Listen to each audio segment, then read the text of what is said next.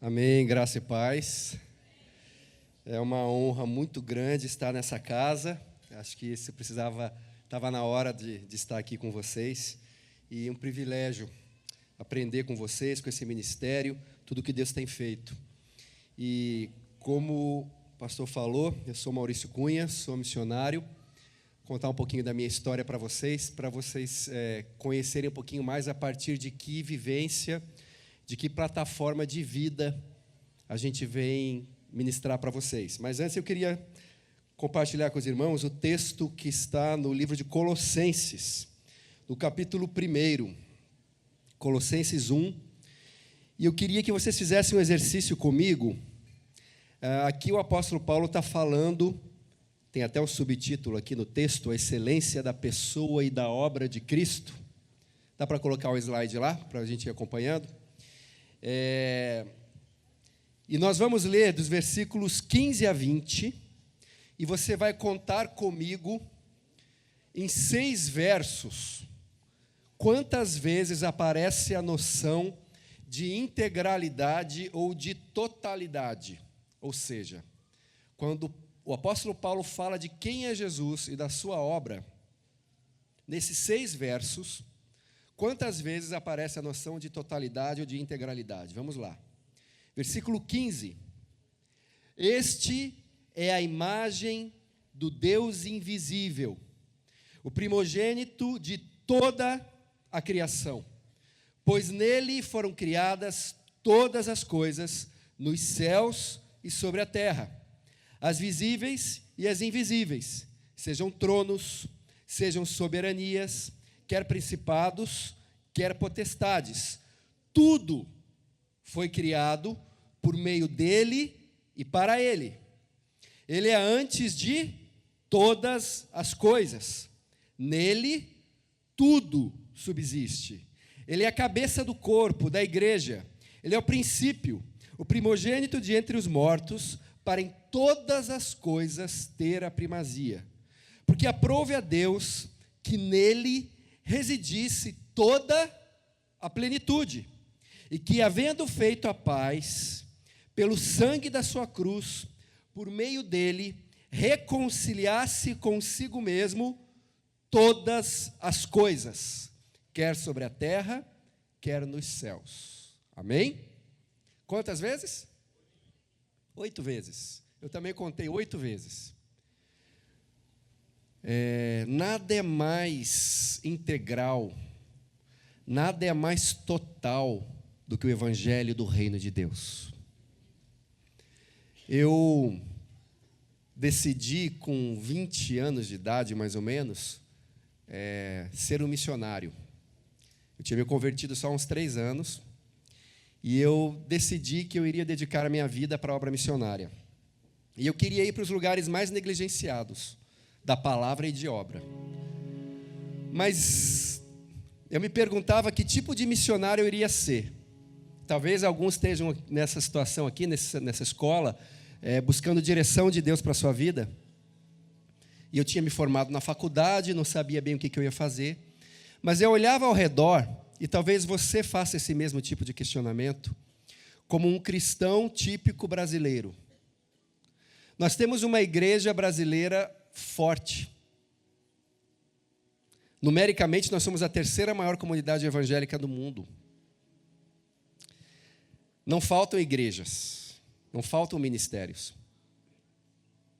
Mas eu olhava ao redor e eu via a situação do nosso país, e você deve saber que você vive num dos 10 países mais violentos do mundo.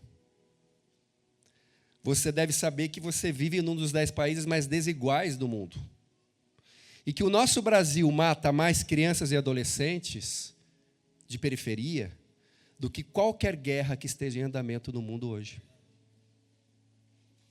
De que 1/3 das mulheres brasileiras sofrerão algum tipo de abuso ou violência sexual no curso da sua vida.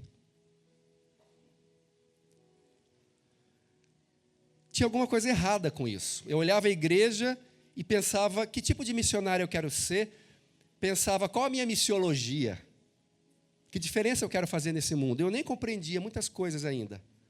E quando Eu fui lá em Vigário Geral, no Rio de Janeiro, meus colegas do Rio de Janeiro aqui, logo depois da chacina de Vigário Geral, e a gente foi conhecer um ministério lá, aliás, a inauguração de um projeto social, e eu via uma igreja em cada esquina da comunidade, e eu perguntei para um sociólogo famoso, não cristão, e o papel das igrejas aqui na comunidade? Que papel que eles fazem? E esse sociólogo não cristão me disse: eu não acredito em grupos que falam de amor, mas só ministram as necessidades dos seus próprios membros. Eu não acredito em grupos que falam de amor, mas só ministram as necessidades dos seus próprios membros. Desde aquele dia eu decidi que eu trabalharia para nunca mais ouvir isso da boca de um incrédulo. Que eu faria do meu ministério o ministério de uma igreja brasileira relevante e transformadora. E aí eu fui buscar treinamento missionário, morei um tempo fora do Brasil, e ainda buscando uma direção de Deus. Trabalhei um tempo na Romênia, um país do leste europeu, e eu vivi essa crise, porque eu pregava na Romênia, mas eu via o povo em frangalhos. O país tinha acabado de sair de uma guerra civil, há 20 e poucos anos atrás. E eu pensava, o que eles vão comer amanhã? Como que eles vão ter a esperança deles restaurada? Será que esse é meu trabalho como missionário? É subir num banquinho de praça? E eu fiz isso. E continuaria a fazer isso. Mas será que o reino de Deus é isso? Eu subir no banquinho de uma praça, pregar, dizer que existe salvação em Cristo Jesus, as pessoas virem na frente, eu orar por elas, e aí a minha tarefa está concluída. Ou seja, eu sou um bom missionário, eu ajudei a povoar o céu hoje. O céu está um pouquinho mais povoado. Será que isso que é o reino de Deus? Eu trazia esse questionamento. E aí eu depois voltei a servir, voltei para os Estados Unidos, depois eu fiz um estágio com ribeirinhos no Alto Rio Purus, na região amazônica.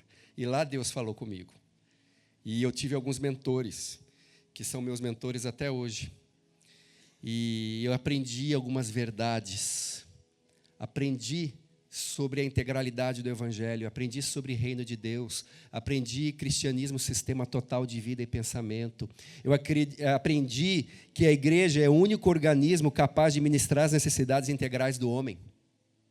Não existe nenhum outro organismo ou instituição, ou o que quer que seja, capaz de ministrar as necessidades integrais do homem. E eu falei, é isso que eu quero ser esse tipo de missionário.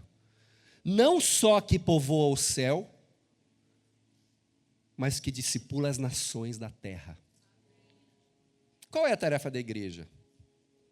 O povoamento do céu ou o discipulado das nações? Existem aqui dois paradigmas missiológicos. O povoamento do céu é uma coisa muito legal, mas continua o mesmo modelo lá de São Gonçalo. Estava ministrando em São Gonçalo esses dias, e no quarteirão onde eu estava ministrando, havia 11 igrejas. E o lugar era feio, o lugar era pobre, tinha esgoto a céu aberto, tinha mendigo na calçada. Como é que pode? Tem alguma coisa muito errada com a nossa missiologia. E eu decidi, eu vou voltar para minha cidade, morava em Curitiba, e eu quero servir uma comunidade. De preferência, uma comunidade em situação de vulnerabilidade, mas uma comunidade pobre. Porque eu creio, irmãos, que a igreja vai aonde ninguém mais quer ir. Amém? Sei que aqui tem gente do Brasil todo, né? Então pensa na sua cidade, onde ninguém quer ir. Provavelmente é lá que você tem que ir. E aí Deus fez um milagre na minha vida. Está aqui o pastor Márcio, colega de ministério há mais de 20 anos. E não vou entrar em muitos detalhes, mas Deus nos levou então para essa comunidade, na Fazenda Rio Grande, onde eu fiquei 14 anos servindo e continuo servindo, que é a minha casa. E nós começamos com um pequeno trabalho de recreação orientada para 20 crianças. Eu queria ver o reino chegar na comunidade. Eu queria a salvação daquelas almas, sim, mas eu queria ver também o nível de renda aumentar. Eu queria ver a miséria ser erradicada, o analfabetismo ser erradicado, os relacionamentos familiares serem restaurados. Eu queria ver crianças com acesso à educação de qualidade. Eu queria ver o reino chegando e transformando aquela realidade, porque quando o reino de Deus vem, as coisas são transformadas. Eu creio no reino de transformação, da graça e da justiça. E eu vi isso acontecer na vida de muitas pessoas. Aquele pequeno trabalho lá com 20 crianças, depois se transformou numa escola para 170 crianças, uma escola formal. Eu tenho muito orgulho de dizer que os meus filhos estudaram na escola do CAD. Porque eu dizia que se a escola não servisse para os meus filhos, não serviria para o filho de mais ninguém. Depois nós ganhamos uma tenda, hoje nós temos um centro cultural para jovens, trabalhamos com inclusão digital, até laboratório de robótica nós temos hoje lá, pela graça de Deus. Construímos uma clínica médico-odontológica, as vidas foram transformadas. Somente na Fazenda Rio Grande hoje são 400 crianças e adolescentes alcançados. O projeto começou a crescer porque eu entendia e entendo, e por isso eu estou aqui hoje à noite, que a nossa tarefa é influenciar a igreja brasileira por uma igreja relevante e transformadora. E por causa desse trabalho de formação de líderes, nasceram algumas dezenas de projetos no Brasil e até fora do Brasil. Hoje somos 10 unidades com 17 mil beneficiários, em 8 estados brasileiros. Muita história para contar. E a base da nossa ação, que eu sei que também é a base desse ministério, é uma reflexão que eu quero trazer para vocês. E eu vou fazer essa reflexão contando uma história que eu vivi. Já no começo do trabalho lá do CAD, tinha um ano no ministério, eu fui convidado para ir para a África, compartilhar um pouco já do que estava acontecendo. Em 95, eu tive minha primeira experiência na África. E eu fiquei hospedado na casa de cristãos brancos, africaners, né? Os crentes. Em 95, o Mandela tinha acabado de ser eleito presidente da África do Sul. O regime do apartheid estava ruindo, estava nascendo uma nova África do Sul. E, para o meu total espanto, o chefe daquela família começou a defender o apartheid. Não, porque o apartheid é de Deus. Eu falei, como assim? O apartheid é de Deus, está na Bíblia. E ele usou a Bíblia para justificar a crença dele. Ele pegou aqueles textos lá de que, não, está vendo aqui, nós temos que ser separados, nós somos os escolhidos, não pode misturar com o mundo, tem que separar. Só que o escolhido era ele e os negros eram os que estavam condenados. Na visão dele era isso. E ele estava usando a palavra de Deus para sustentar uma crença cultural corrompida dele. E quando a gente vai ver um pouquinho da história, inclusive da história de missões, muitas vezes a palavra de Deus, ela foi usada para justificar ideologias, determinadas práticas culturais. Você sabia que a Bíblia foi usada para sustentar o regime da escravidão?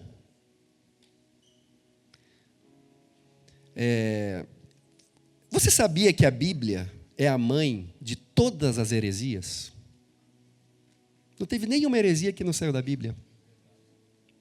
Alguém pegou uma parte da revelação de Deus, tirou do contexto, supervalorizou, pegou uma verdade, uma parte dessa revelação e tentou interpretar o todo dessa revelação a partir daquela parte.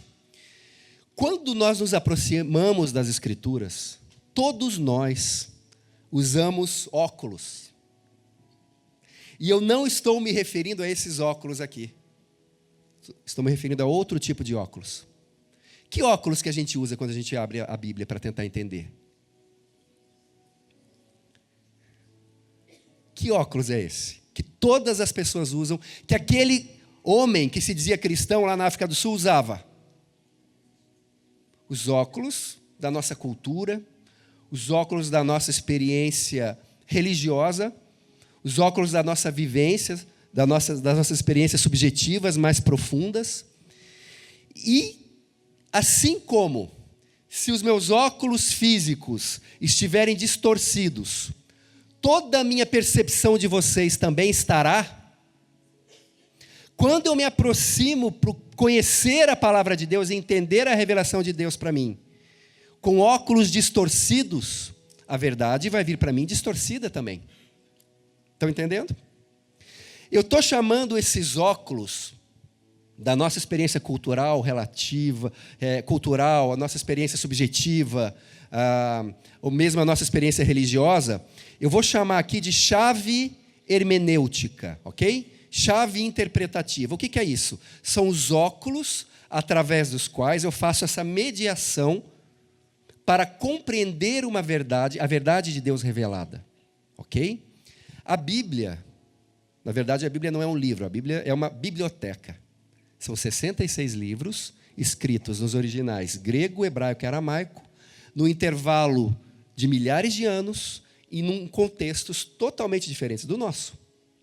Então, eu tenho que cuidar muito bem para que esses óculos, de fato, me deem uma boa compreensão e interpretação dessa revelação, que ela é supracultural, ela é eterna, mas ela é interpretada a partir de um contexto de uma realidade social.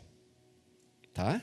A verdade é eterna, é supracultural, mas a elaboração dessa verdade se dá em contexto. Não tem como, nós somos seres contextuais e culturais. Reverendo Antônio Carlos Costa, da Rio de Paz, ele disse uma coisa interessante. Quando um teólogo europeu ou norte-americano, quando ele sai da casa dele para ir para a igreja ministrar, no caminho, ele provavelmente não verá um mendigo na calçada, uma criança pedindo esmolas no semáforo, ele não vai ficar com medo de bala perdida. Então, a preocupação dele é para onde que ele vai quando ele morrer. Né? Ele tem outro tipo de questão. Então, ele vai buscar as respostas para as questões do contexto dele. Só que as respostas que ele traz não são as respostas que dão conta da nossa realidade. Alguém aqui tem coragem de, na favela, dizer, Jesus te ama, agora você vai para o céu, meu querido, tá? Virar as costas e ir embora? Esse tipo de missiologia dá conta da vida real? Dá conta da expressão de um Deus que é todo amor e compaixão? Como eu posso, num contexto como o nosso, ignorar as realidades que nos cercam, que nos afrontam todo dia? E se eu creio que isso aqui é a verdade, você crê? Se isso é verdade e não é uma ilusão, tem que dar conta da realidade. Se a igreja se diz detentora da verdade revelada de Deus, ela tem que alcançar a realidade. Deus não é uma ideia bonita. Deus não é uma força impessoal. Deus não é uma coisa bacana para a gente se emocionar. A fé cristã é muito mais do que uma experiência subjetiva individual que você tenha. Ela inclui isso. Ela tem que trazer respostas para os dilemas mais profundos do ser humano. Ela tem que trazer respostas para a nossa realidade social. Nós temos que trazer essa esperança. E eu tinha esse questionamento. Eu posso, meus irmãos, abrir a palavra de Deus e ler o livro de Êxodo. Todo mundo aqui já leu Êxodo, né? Amém? Todo mundo sabe a história de Êxodo? Um povo oprimido, um povo opressor. Deus levanta o libertador, Moisés. Deus ouve o clamor do seu povo, levanta o libertador de uma maneira maravilhosa, leva o seu povo para uma terra que mana leite e mel. Basicamente é isso. Eu posso olhar o livro de Êxodo, eu me identifico com o livro de Êxodo, e eu transformo esta parte da revelação na chave hermenêutica, ou seja, eu tento dar sentido ao todo a partir desta parte. Como se a única coisa que Deus fizesse na vida fosse libertar o oprimido do seu opressor. Nasce uma teologia. Alguém sabe me dizer que teologia é essa? Que é muito forte na América Latina, né? Principalmente na década de 60 e 70, muito forte no seio da Igreja Católica, influenciou também a Igreja Evangélica. Quem sabe me dizer? Teologia da libertação. Por quê? Eu tinha um contexto de miséria, eu tinha um contexto de opressão, eu tinha um país vivendo ditaduras militares, eu olho o livro de Êxodo, isso chama a minha atenção, eu começo a ver Jesus como um grande ativista social. Jesus liberta o pobre da sua pobreza, Jesus é contra os poderosos, e eu faço toda uma teologia. Eu transformo essa parte da verdade em chave hermenêutica ou em chave interpretativa. E fazendo isso, eu reduzo a verdade. Estão compreendendo, irmãos? Um equívoco hermenêutico. Contém uma parte da verdade, mas não pode ser utilizado como chave hermenêutica interpretativa do todo da revelação. Eu posso também pegar textos da palavra de Deus que falam sobre prosperidade, né? Tem alguns textos lá que falam sobre prosperidade. Mas eu pego aquilo, uso como chave hermenêutica, então se a Bíblia fala isso de prosperidade, eu transformo nisso. Né? E aí Deus se transforma num Papai Noel cósmico. Ele existe para me prosperar. A cruz sai do centro da mensagem. Não se fala mais em pecado e arrependimento, se fala em prosperidade. Pecado vira fraqueza, ou vira problema. Né? Eu tenho um problema. Não, você tem um pecado. Né? Precisa de arrependimento. Por quê? Porque eu pego uma parte da verdade e tento dar sentido ao todo a partir dessa parte específica. Muito bem. Qual seria, então, a chave hermenêutica das Escrituras? Que óculos, então, que eu tenho que pôr para ter uma compreensão mais equilibrada, completa, acerca da revelação de Deus para nós? Qual é o tema central das Escrituras? Qual foi o tema sobre o qual Jesus Cristo mais ensinou? Vamos lá. Passa próximo lá. Reino de Deus. Vou fazer uma pergunta para vocês. Quantos aqui o reino de Deus já chegou na sua vida? Levante sua mão. O reino já chegou na sua vida? Está chegando? Já chegou ou está chegando? Essa é a questão. Você que diz que o reino já chegou na sua vida, qual a evidência disso? Eu posso ter duas pessoas sentadas, uma do lado da outra. Uma, o reino já chegou, outra não. E aí, como é que eu vou saber? Tem alguma evidência? Tem que ter. Porque se é um reino real, né, ele tem que me dar evidências. Quais são essas evidências? Na verdade, a minha pergunta é: o que é o reino de Deus? Como que ele se manifesta? Aonde que ele se manifesta? Quais as características desse reino? Jesus falou muito sobre o reino e poderiam haver muitas respostas, né, para essas minhas perguntas.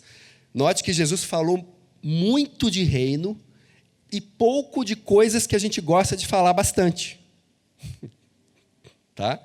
Inclusive de igreja mesmo. Jesus falou pouco de igreja, mas falou muito de reino. Mas a gente fala mais de igreja e quase nada de reino. O que é esse reino? Cadê esse reino?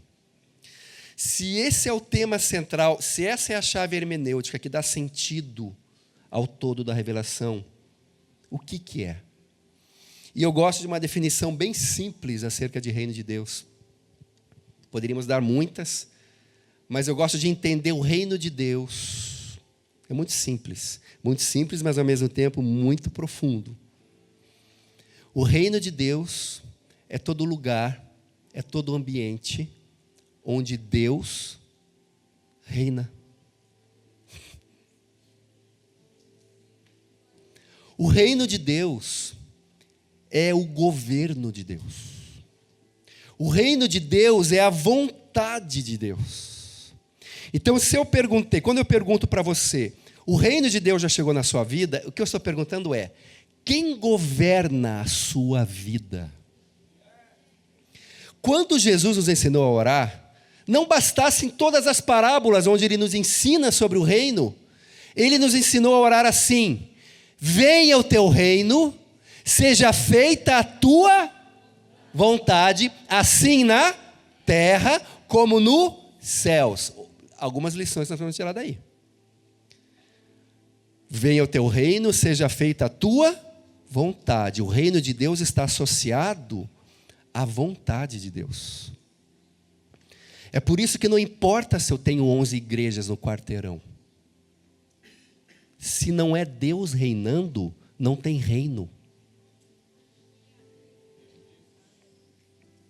É por isso que, quando em 1994, um grande exemplo histórico recente, aconteceu um genocídio num país chamado Ruanda, onde em 8 milhões de habitantes, 1 milhão morreram numa guerra civil. E mais 1 milhão de pessoas teve que sair como refugiados de guerra. E não foi uma guerra de metralhadoras e canhões, foi uma guerra de pauladas, de faca. Para matar alguém, eu tinha que olhar no olho da pessoa. Ruanda tinha 90% da sua população cristã. As igrejas lotadas.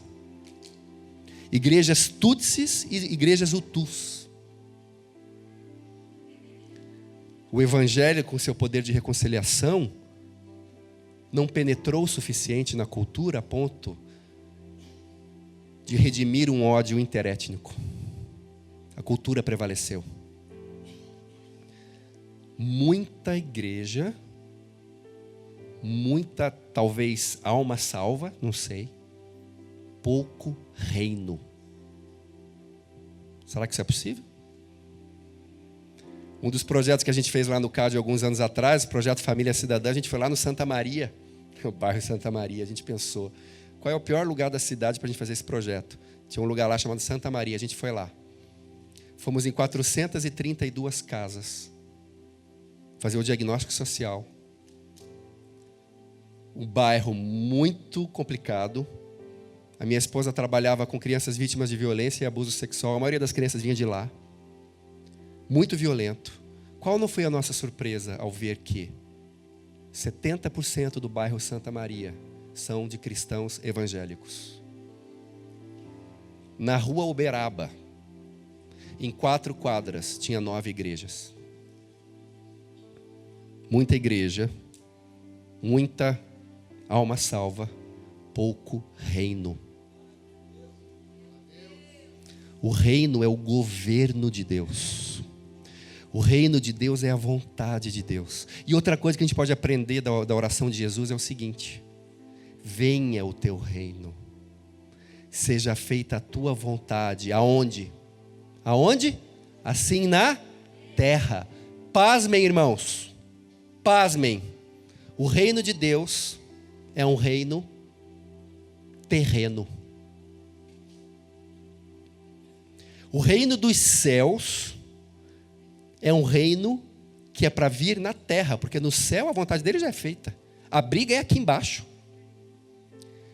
Isso mostra que a tarefa da igreja é muito mais do que o povoamento do céu.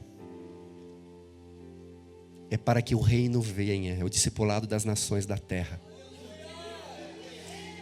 Irmãos, tem gente aqui, tem o pessoal do Mevan e tem o pessoal de muitas igrejas no Brasil, glória a Deus. Se eu perguntar para você, por que a sua igreja existe? Ok? Ou por que o seu ministério existe? Vocês podem dar milhares de respostas diferentes a essa pergunta, todas legítimas. Minha igreja existe para adorar, para servir, para abençoar, para evangelizar. Tudo isso é verdade. Mas no final das contas, se você espremer bem, a igreja só existe para que o reino venha. Para que tem ministério com crianças? Para que Deus governe. Para que tem obra missionária, ministério de missões? Para que Deus governe. Para que a gente faz evangelismo? Para que a gente serve alimento para os pobres? Para que Deus governe. Para que a vontade de Deus seja feita. Em última análise, nós só permanecemos aqui para que esta oração se cumpra. Venha o teu reino. Seja feita a tua vontade. E nesse contexto, a ação social cristã, meus irmãos, é o seguinte. Faz de conta que isso aqui é uma cesta básica, tá? E faz de conta, como é que é seu nome? Que o Fernando está morrendo de fome, tá? Eu olho o Fernando morrendo de fome. Sabe como é que muitos fazem ação social? Fernando, é o seguinte, Jesus te ama, então, toma aqui a cesta básica. Agora, escuta muito bem o que eu tenho para te dizer, e aí prega. Já viram isso? Por que a gente faz isso? Porque no fundo, eu estou achando que Deus está interessado mesmo é na alma do Fernando, né? Então, na minha missiologia, o que interessa é isso. E a necessidade dele e a ação social é o gancho para que Deus cumpra o seu real propósito, que é o povoamento do céu com a alma do Fernando. Agora, outra coisa é dizer para o Fernando o seguinte: Fernando, receba esse alimento em nome do Rei, porque no reino de Deus há provisão para todos. E quando ele recebe esse alimento em nome do Rei, um pedacinho do céu toca a terra. O reino é sinalizado, o reino é antecipado. O reino chegou entre nós. A ação social cristã, meus queridos, é o reino chegando. Não é gancho para evangelismo, embora nós devamos evangelizar também. Não é desencargo de consciência, porque às vezes o pessoal fala: Maurício, ajuda a minha igreja a implantar um projeto, porque, poxa vida, né? Poxa, fica até mal uma igreja como a minha não ter nenhum projeto social. Fica mal mesmo, mas não pode ser essa a motivação, né? Pior ainda, Maurício, vem cá ajudar a gente, como é que a gente capta recursos com a prefeitura. A ação social da igreja é entendido como isso, né? Ou então, pior ainda, Maurício, a gente tem que fazer, né? Porque a prefeitura não faz a sua parte. Queridos, como que eu vou basear a minha missiologia em algo que a prefeitura ou alguém deixou de fazer? A nossa missão é muito mais profunda e abrangente do que isso. Sempre vai ter espaço para a ação da igreja. A ação de serviço, principalmente ao pobre, ao vulnerável, ao humilhado, ao desprezado, não é opção para a igreja. Você não precisa orar perguntando para Deus se é para você fazer isso. A sua igreja não precisa nem orar, porque é uma questão central nas Escrituras. O conceito da justiça que baseia a justiça social, a justiça do reino de Deus, é um conceito desde o Antigo Testamento até o Novo Testamento, permeando a revelação bíblica. O reino de Deus é um reino que se assenta na justiça. Palavra hebraica, tzedaká, justiça. Um mendigo em Israel, ele pede esmolas, dizendo, ele não fala: coitadinho de mim, pobrezinho de mim, tem a peninha de mim. Não, o mendigo em Israel diz, tzedaká, justiça. Justiça. O ano do jubileu, o ano sabático, que é o perdão da dívida, o cuidado do órfão, o cuidado da viúva, não eram opções para Israel. Não era se Israel se emocionasse. Era lei, baseada numa ordem social que Deus estava estabelecendo. Isso é mantido nos profetas. Isso é mantido em João Batista. Isso é mantido em Jesus. Isso é mantido no apóstolo Paulo. O livro de Apocalipse mostra a reconciliação de todas as coisas, baseada no livro de Colossenses, que nós lemos aqui, Colossenses 1:20. O sangue da sua cruz reconciliasse consigo mesmo o quê? Todas as coisas, não apenas almas humanas. Quando eu entendo o reino de Deus na sua plenitude, não faz mais sentido essa hierarquia, né? Ou essa separação, evangelismo e ação social. Ambas fazem parte do mesmo agir redentor de Deus. A palavra de Deus, irmãos, ela, se nós formos tentar fazer um resumo, tá? 3 grandes fatos ou 3 grandes acontecimentos que nos ajudam a compreender esse enredo que é complexo, sim.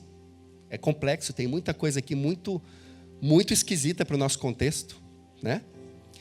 É como se eu escolhesse 3 grandes acontecimentos que me ajudassem a compreender o que Deus está querendo mostrar para nós.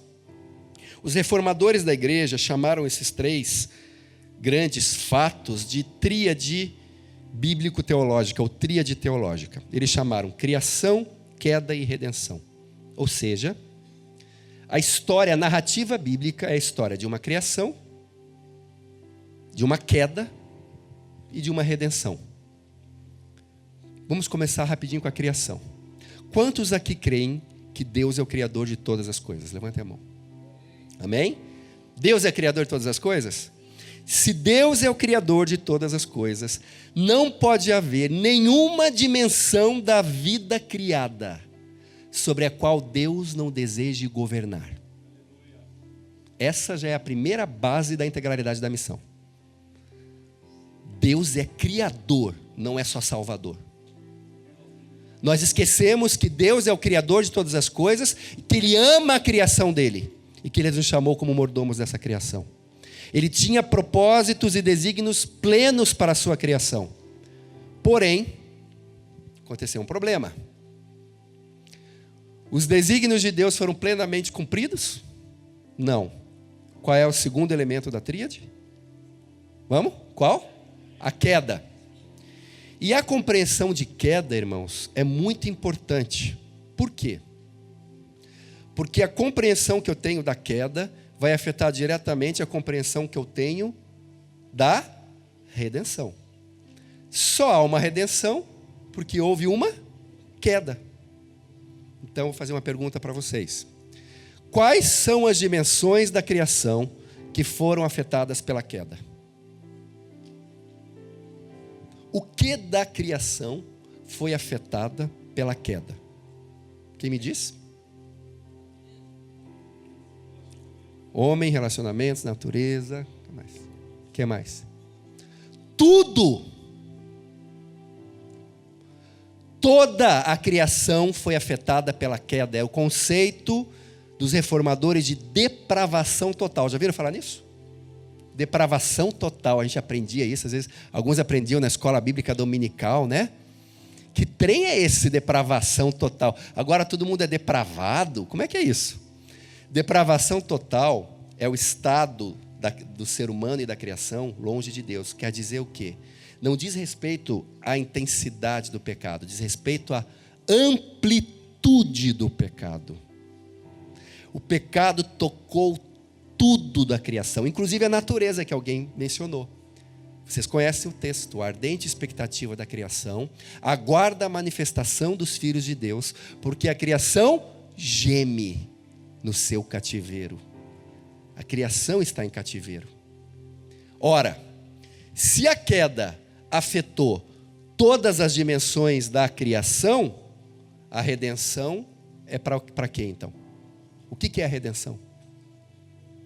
A redenção em Cristo Jesus é a reconciliação de todas as coisas. Preste atenção nisso. O fundamento da missão integral, ou da integralidade da missão, como vocês queiram chamar, tá? Não pode falar missão integral porque chamam a gente de comunista agora no Brasil, pastor. Meu Deus do céu, inventaram isso agora. Botaram Marx, né, na frente de uma verdade que está aqui revelada desde antes da fundação do mundo. Então, não pode falar missão integral. Então, eu vou falar integralidade da missão, mas é a mesma coisa, tá? Ainda vem de camisa vermelha, pastor. Meu Deus. Não, é incrível que o pessoal consegue inventar. Mas, na verdade, o termo missão integral, na minha concepção, ele é inadequado mesmo. Porque nada é mais integral do que a missão. Sabe o que existe? A missão. O Evangelho. A missio Dei. Por que a gente tem que usar a missão integral? Para resgatar algo que se perdeu. Nós reduzimos a missão da igreja ao povoamento do céu. A igreja tinha universidades. A igreja tinha hospitais. A igreja chegava numa comunidade e via transformação.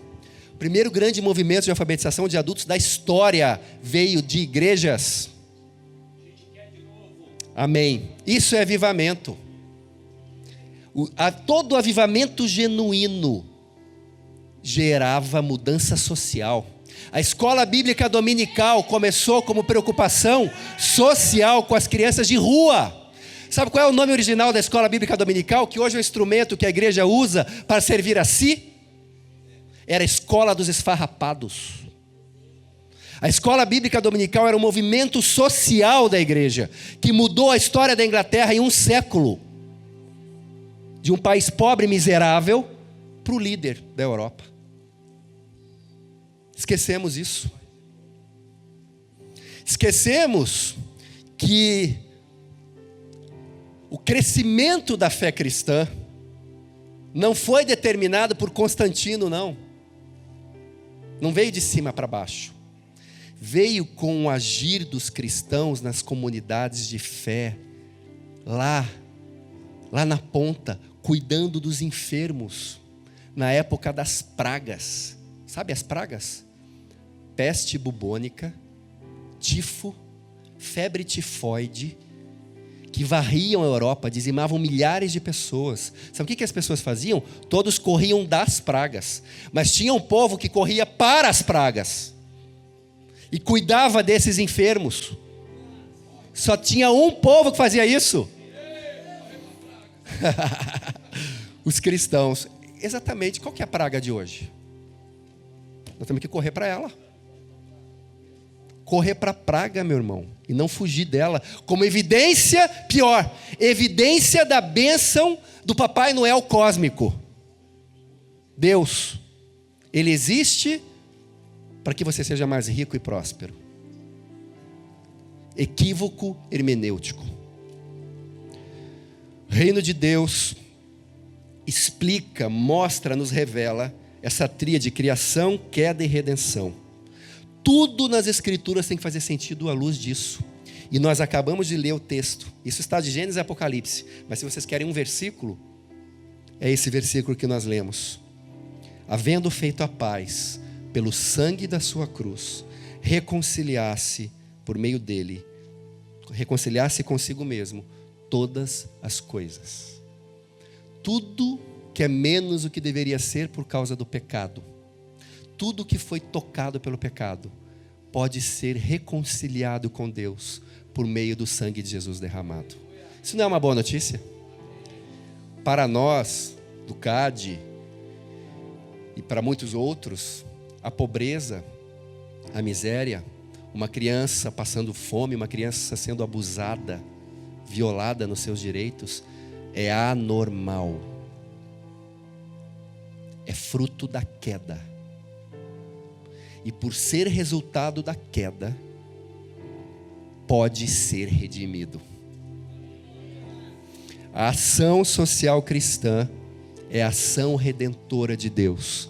Vamos passar lá, só para a gente avançar um pouquinho, já falei bastante. Entender missão integral como missio Dei, missão de Deus. Deus em missão, não há outra missão possível. O pecado do incrédulo é resistir à verdade. Às vezes a gente acha que o incrédulo está lá só esperando ouvir a verdade, bonitinho, ele vai aceitar na boa. Não é assim sempre. O incrédulo resiste à verdade muitas vezes. Mas sabe qual é o pecado da igreja? Restringir a verdade. Então a fé cristã, que é sistema total de vida e pensamento e diz respeito a todas as dimensões da vida, se torna uma experiência religiosa. Individual e subjetiva. Não discipula nações. Está cheio de indivíduo com experiências místicas e subjetivas nas favelas do Brasil. Cheio. Mas a realidade social não é transformada. Porque a fé cristã, que tem os elementos fundamentais e fundantes para o discipulado de comunidades e nações, se torna essa experiência religiosa. Restrita. Foi isso que a igreja do Ocidente fez. Mas nós queremos uma igreja diferente no Brasil. Uma igreja transformadora. Não há outra missão possível, nada mais integral do que a missão. Vai lá. Evangelismo e ação social, então, são aspectos indissociáveis, são coisas diferentes, mas indissociáveis do agir redentor de Deus. Quando Deus governa, quando o reino de Deus vem, isso tem implicações sociais, isso tem implicações culturais. Parte da redenção do indivíduo, mas penetra as estruturas da sociedade. Nós temos, deixa eu falar uma coisa para vocês, o pecado do Brasil é maior do que a soma dos pecados dos brasileiros. Tem um pecado que é da nação, que é estrutural. O reino de Deus, ele transforma indivíduos, mas ele também muda estruturas. Ok? A ação social cristã tem que ser entendida nessa amplitude. Vai passando lá. E por muito tempo, nós atuamos nessa dicotomia aí. A gente chama isso de dicotomia sagrado e profano. Certo? Isso aí é o pensamento grego, tá? É o chamado dualismo grego. Para os gregos, o espiritual, tudo que é espiritual, que é etéreo, é sagrado. E tudo que é físico, material, é profano. Para os gregos antigos, a matéria era má por ser matéria. Ok? A matéria é má. Isso é bíblico? Vocês acham que isso é bíblico? O que a Bíblia fala, por exemplo, sobre o nosso corpo? Templo do Espírito Santo. Só que o pessoal pegou essa dicotomia, esse dualismo grego e misturou com a fé. E nasceu uma coisa muito feia que influenciou a história da igreja sempre, chamado gnosticismo evangélico. É uma mania de querer super espiritualizar as coisas. Eu brinco, eu falo, né? Às vezes a gente gosta de fazer vigília de oração pela libertação do preso, mas a Bíblia manda visitar o preso. Né? Ela é mais prática do que a gente quer ser, porque a gente, no fundo, nós gostamos desse dualismo ali. Porque esse mesmo dualismo grego, essa dicotomia sagrado-profano, vira também a dicotomia fé e obras, que na verdade não existe. Que vira a dicotomia evangelismo e ação social, que vira a dicotomia clero e laicato. Não existe isso. A Bíblia fala de sacerdócio universal dos crentes. É o mesmo fundamento dual que a filosofia grega trouxe e que influenciou toda a história da igreja. No século IV, tinha um cara chamado Eusébio. Ele era bispo da cidade de Cartago. E ele ensinava para o povo o seguinte: que existem dois tipos de vida: a vida perfeita e a vida permitida. A vida perfeita era para quem? Para os sacerdotes, os padres lá, e para os reis. E a vida permitida, que era um tipo de vida inferior, tá? Era para todo o restante. Era para os agricultores, para as donas de casas, para os comerciantes, para o carpinteiro, né? onde estava toda a comunidade. Esse tipo de pensamento penetrou na igreja e nós, sustentado por esse dualismo grego, a gente foi fazendo a separação. O clero, o laicato. A maioria dos cristãos brasileiros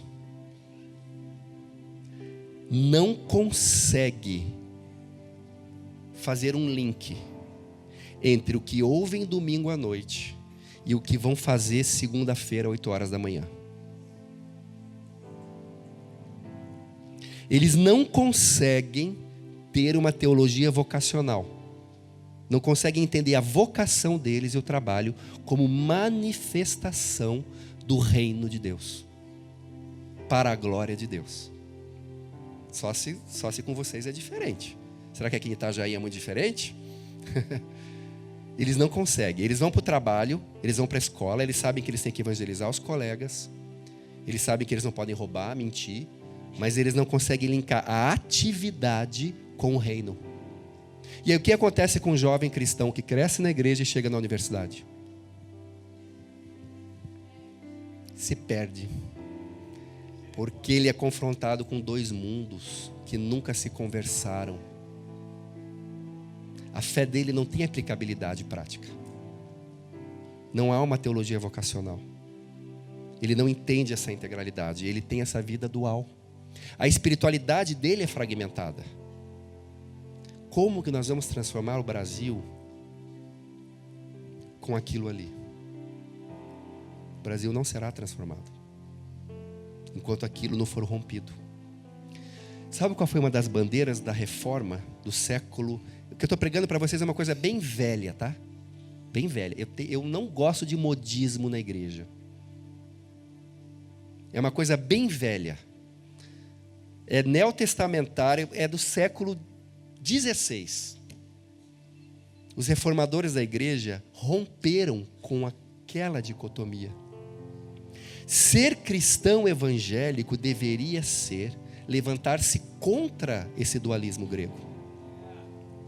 Sabe o que isso gera? Passa lá o próximo. Deus se relaciona com algumas áreas da vida. Nessa visão grega, dual, Deus se relaciona com a moral, com a graça, com a fé, com a ética, com missões, com o evangelismo, com o discipulado, com os devocionais, com a guerra espiritual, com as disciplinas espirituais. Alguém aqui vai dizer que essas coisas não são coisas de Deus? Isso é de Deus, né? Ou que tem a ver com Deus. São coisas espirituais. Mas vamos ver o andar de baixo lá. Vamos lá. E a coisa começa a pegar. Tá lá, tá o secular. Para começar, crente não tem vida secular. Quero ouvir um amém agora. Crente não tem vida secular. Ah, Maurício, na minha vida cristã eu faço tal coisa e na minha vida secular eu faço outra coisa. Ué, você tem 2 vidas? Crente faz tudo para a glória de Deus. Não tem vida secular. Então ali está o secular. Ali está o trabalho. Trabalho é o andar de baixo na vida do crente. Sabe qual é a palavra hebraica para trabalho? Avad. Diga avad. Sabe qual é a palavra hebraica para adoração? Avad. Para o hebreu, o trabalho é uma expressão de adoração. A palavra trabalho na língua portuguesa vem do latim tripalium, que é um instrumento de tortura. Bem diferente. Trabalho. Razão. Já viram aquela coisa assim? Não pense muito não, só creia. Já viu?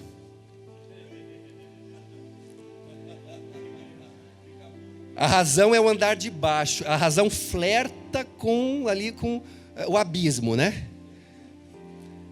Queridos, Deus diz que Ele quer ser adorado de todo o coração, alma, força e entendimento. Ele diz, vinde arrazoai comigo. A Bíblia chama os crentes de Bereia, mais nobres que os de Tessalônica. Porque os de Tessalônica davam glória a Deus, aleluia, não sei o quê. Mas os de Bereia diziam, espera aí, Será que é mesmo assim? Deixa eu averiguar. E eles não foram chamados nas escrituras de rebeldes. Foram chamados de mais nobres. E não era qualquer ensino, tá? Era do apóstolo Paulo. Razão. Como que eu posso abraçar uma fé que o líder está me dizendo que eu não posso pensar? Alguém aqui está afim de abraçar uma fé assim? Porque se eu pensar mesmo, eu vou ver que é furada. O cristão não tem medo da inquirição, meus queridos. O cristão não tem medo do debate, porque se a gente crer que a gente tem a verdade, por que eu vou ter medo? Negócios, foi uma certa desconfiança que a gente tem, né? Sabe o que Calvino disse? No Brasil do século XXI, isso seria um grande problema, na crise que a gente está vivendo.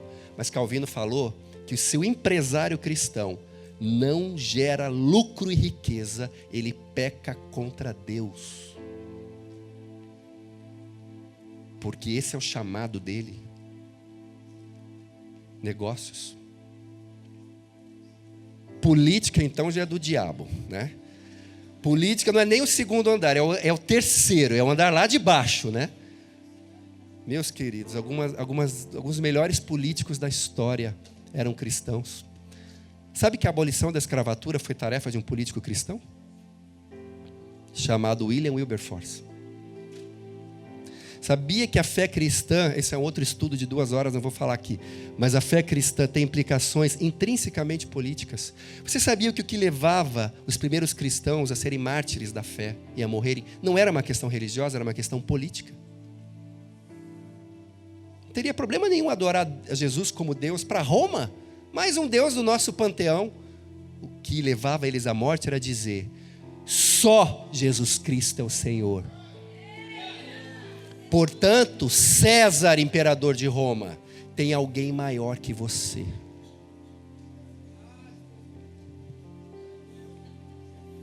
Tem alguém maior que César, que se auto-intitulava o Sóter, o Salvador. Era uma questão política. Fé cristã tem implicações políticas. Ciência. Não sei se aqui tem algum cientista. Graças a Deus, já temos no Brasil a Associação de Cientistas Cristãos. Porque alguns ainda acham que a ciência é uma coisa neutra, que está lá para a gente ir lá descobrir como é que é. Mas eu vou dizer para você que não há ciência neutra. Toda ciência está a serviço de uma visão de mundo. Toda ciência está a serviço de uma ideologia. Precisamos de pessoas produzindo conhecimento científico à luz da revelação de Deus, à luz da verdade. Mídia, as artes. Quantos artistas cristãos? O cara tem um talento lindo, maravilhoso, que Deus deu, o Criador de todas as coisas deu para ele. Ele se converte, ele para de exercer a arte dele. Ou só pode fazer arte sacra. Isso é gnosticismo evangélico. Dualismo grego. A maioria de nós carrega isso conosco. Pois eu vou dizer então, a bandeira da reforma, uma das bandeiras da reforma foi ter observado isso e ter proposto um outro tipo de vida. Passa lá o próximo.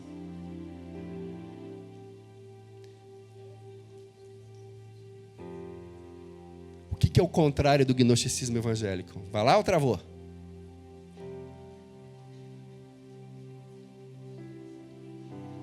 Se não vier, eu falo para vocês. A vida coram Deo.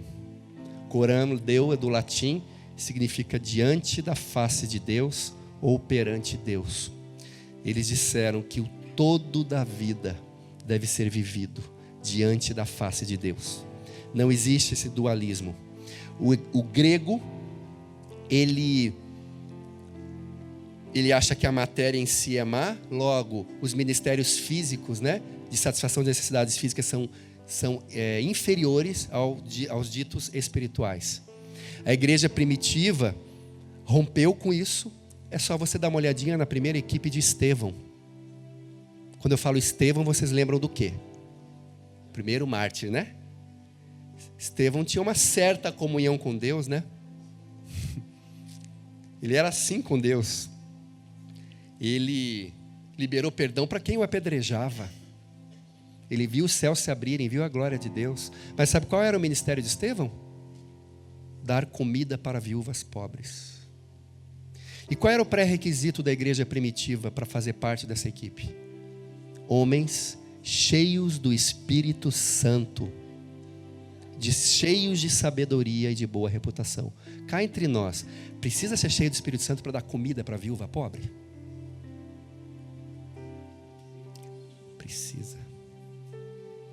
A igreja primitiva achava que precisa. A gente já perdeu isso. Porque isso está no andar de baixo. Satisfação de necessidades físicas, ação social, é o andar de baixo. Os reformadores diziam que o todo da vida deve ser vivido diante da face de Deus. Nenhum aspecto deve fugir disso. A igreja seria diferente, o Brasil seria diferente se a igreja vivesse isso.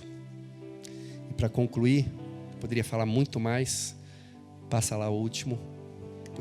Tem muita coisa para falar para vocês, mas eu queria concluir com essa frase de Abraham Kuyper. Não há um só centímetro em todos os domínios da nossa vida humana sobre o qual Cristo, o Senhor de tudo, não clame, é meu. Pode aplaudir.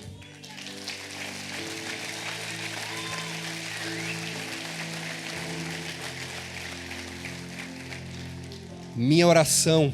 Deixa eu só falar um pouquinho antes de Abraham Kuyper. Abraham Kuyper era um pastor que viveu na Holanda no final do século XIX. E tem um capítulo do meu livro dedicado à vida e à obra dele. Ele foi servir com agricultores holandeses no interior, um povo muito simples. Ele foi lá para pastorear uma igreja. Só que aqueles agricultores pobres que ele pastoreava viviam a vida corandeu. Ele foi influenciado pelas suas ovelhas. Eles plantavam para a glória de Deus e eles colhiam para a glória de Deus. Trabalhar na terra era um ato de adoração. Abraham Kuyper sai dessa experiência transformado, funda um partido político, funda um jornal, funda a Universidade Livre de Amsterdã, que existe até hoje, fundou uma universidade e se tornou o primeiro ministro da Holanda. A era Kuyper foi a era de ouro da Holanda. Ele foi para os Estados Unidos, proferiu as famosas Stone Lectures de Princeton, que é uma universidade que nasceu de um avivamento. Influenciou líderes do século XX, como Herman Doivert, Francis Schaeffer, Loren Cunningham, fundador da Jocum. Vem dessa genealogia. Uma genealogia que falava que o Evangelho de Jesus tem que transformar a sociedade. E ele nos deixa esta frase: não há um só centímetro em todos os domínios da nossa vida humana sobre o qual Cristo, o Senhor de tudo, não clame, é meu. Então a minha oração agora vai ser para que nessa noite sejam fortalecidas as vocações dos discipuladores das nações. Seja para onde Ele está te chamando, para a política, para a arte, para o direito, para a economia, para a igreja local, para o pastoreio, para a mídia, para a ciência, para a academia, para a produção de conhecimento, para ministérios com famílias, para o serviço social. Aqui estão os discipuladores das nações. Pai, em nome de Jesus, coloco diante do Senhor essa igreja, as igrejas, o povo de Deus aqui representado. Uma honra estar diante dos meus irmãos e irmãs, nesta casa que o Senhor estabeleceu, como voz profética para as nações nesta geração. Pai, em nome de Jesus, fortalece esses braços que se levantam para o cumprimento da tua vocação, a vocação que o Senhor tem para cada um deles. Levanta discipuladores de nações. Traz convicção de chamado. Traz convicção de vocação. Traz direcionamento. E em nome de Jesus nós queremos romper nessa noite com esse gnosticismo evangélico, com esse dualismo sagrado profano que nos lança numa irrelevância social, numa irrelevância cultural. Chega, levanta uma igreja transformadora nesse país, que vai varrer todos os domínios sociais, todas as esferas de soberania da tua criação, para a tua glória. Pai, levanta homens e mulheres de Deus, que vão fazer diferença nessa geração. O Senhor vai colocá-los, vai fincá-los, vai fundamentá-los nos diferentes domínios sociais: educadores, mestres, professores, advogados, legisladores, empresários, políticos, artistas, compositores, músicos, servos de Deus, que vão transformar esse país, que vão voltar para as suas cidades como agentes de mudança, de transformação, de sinalização desse reino que é total, que é oniabrangente. Nada é mais total, nada é mais integral do que o reino de Deus. E nós queremos estar, Pai, nesse movimento de transformação. Nós queremos viver na nossa geração esse avivamento que sai de quatro paredes. A fé cristã não cabe em quatro paredes. Ela tem que invadir ruas, praças, mercados, escolas, universidades, empresas, repartições públicas. Levanta esse povo, meu Pai. Levanta um povo corajoso, ético, amante da justiça, do reino de Deus, que não vai se contentar com religiosidades. Ele vai querer ver o teu reino chegar e transformar uma nação entregue ao Senhor para a sua glória. Obrigado, Senhor. Uma salva de palmas ao Senhor Jesus.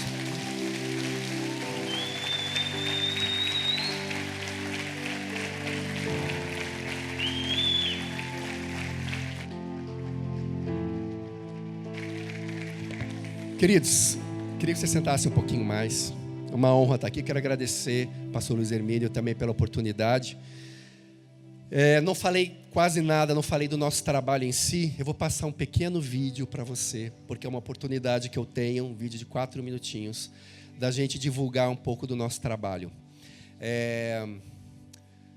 Nós temos encontrado um povo de Deus realmente sedento por transformação. E às vezes você olha a realidade, né? Não sabe muito bem como que você pode ajudar. Então, algum tempo atrás, a gente implantou no CAD um sistema de apadrinhamento. A gente tem um slogan que fala: transformando o mundo uma vida de cada vez. Eu posso não ter todo o poder para transformar o mundo, mas eu posso transformar para sempre uma vida. E aí nós implantamos o apadrinhamento e tem sido uma bênção. Os padrinhos são os que têm sido mais abençoados. E esse vídeo mostra um dos nossos projetos, que é no sul da Bahia. Não sei se tem alguém da Bahia aqui. Na cidade de Valença, nós estamos numa comunidade chamada Bolívia, que tem 20 mil habitantes. Valença é o 26º município mais violento do Brasil. E nós estamos num dos bolsões de miséria dessa cidade. E nós vamos contar para você rapidinho agora a história de 2 crianças dessa comunidade. Pode passar lá, por favor.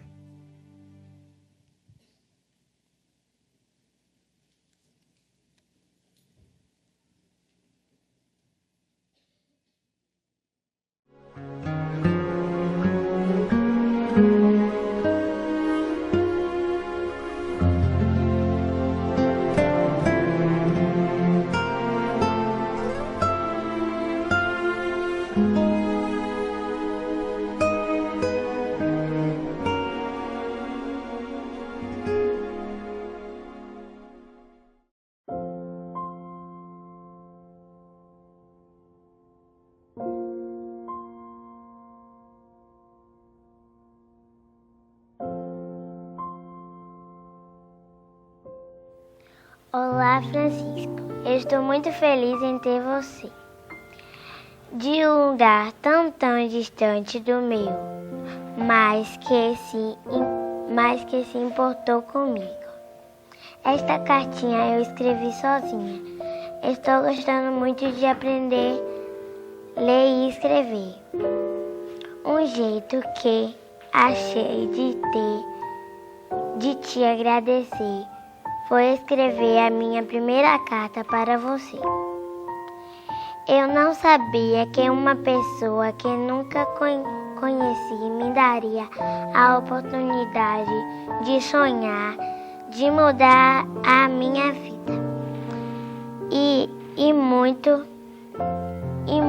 É muito gostoso poder merendar, conhecer novos coleguinhas. As professoras são muito legais. Papai e mamãe estão felizes quando eles têm um tempinho, até ensino ABC para eles. Meu pai disse que tinha muito orgulho de mim e minha mãe ficou muito feliz quando a professora disse que eu era a aluna número 1 da sala. Eu já sei o que eu quero ser quando crescer. Eu vou ser bailarina e ajudar bastante pessoas. Obrigado, Francisco. Eu desejo muito que seus amiguinhos do bairro logo encontrem alguém como você. Meu nome é Pedro e meu futuro quer começar hoje.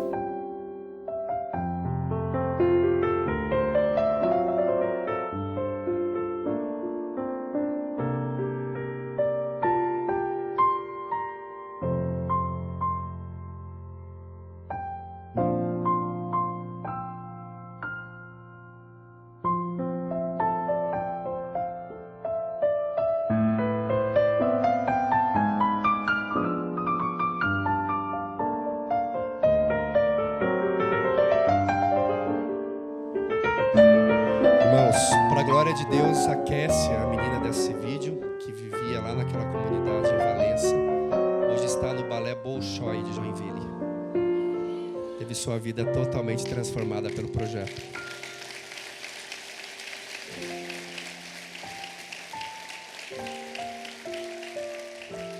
Mas o Pedro representa as crianças que ainda precisam de um padrinho.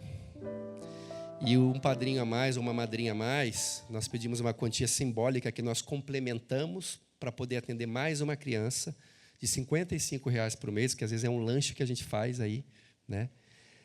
Viabiliza a entrada, a expansão para que mais crianças sejam alcançadas. Então, se você tem o desejo de ser o padrinho, ter um relacionamento direto com a criança vai escrever para você, vai contar para você o que está mudando na vida dela, você vai receber um imãzinho de geladeira com a foto dela para orar sempre. Isso é até pedagógico. Mostre para os seus filhos isso, aqueles que têm filhos, né? Peça para o seu filho orar por essa criança. Vem falar comigo aqui com o pastor Márcio no final do culto. Tá? E se você quiser saber também um pouquinho mais sobre o trabalho, você quer ser um empreendedor social, cristão ou um missionário que atua na área social, a gente tem aqui material, tem folhetos, nós também ministramos um curso de formação para quem tem interesse nessa área, um curso de 1 semana também, que acontece todo ano lá no CAD.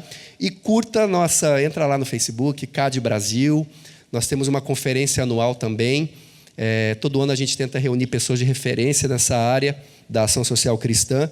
Ano que vem a nossa conferência será no Rio de Janeiro, de 24 a 26 de março. Você pode estar conosco e vai ser uma bênção poder de alguma maneira também contribuir com a sua vida, com o teu ministério. Deus abençoe você. Muito obrigado.